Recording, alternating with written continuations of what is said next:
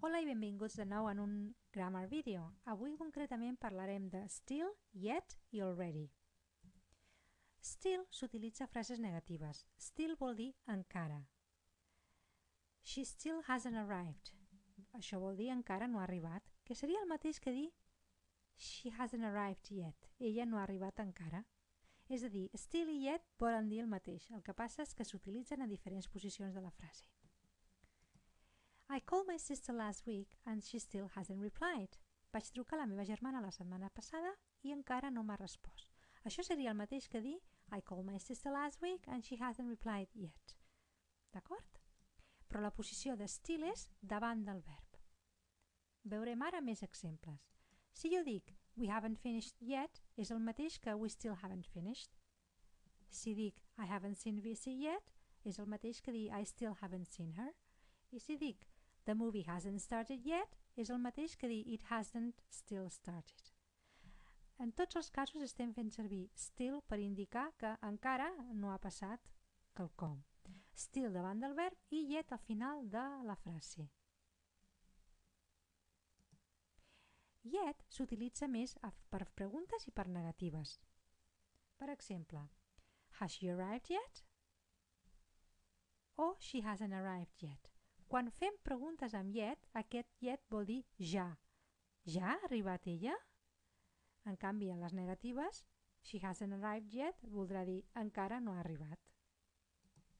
Have you done your work yet? Has fet la feina ja? I la posició de yet, com veieu, és sempre al final de la frase. Sigui pregunta o sigui negativa. I finalment already, que es fa servir en les afirmatives i en les preguntes, per expressar una idea de que has fet quelcom abans d'hora. We have already done the test. Ja hem fet el test. Have you already done the work? Has fet ja la feina?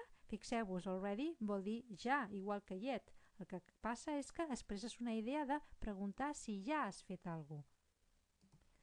I la posició és aquí al mig, veieu? Entre o davant del participi més aviat dit, d'acord? Aquí teniu una altra frase amb already. I have already fed the dog. Ja he donat de menjar al gos, ja ho he fet. Amb yet, encara no li he donat de menjar. I haven't fed the dog yet. I amb still, altres exemples. He's still hungry or it still isn't raining.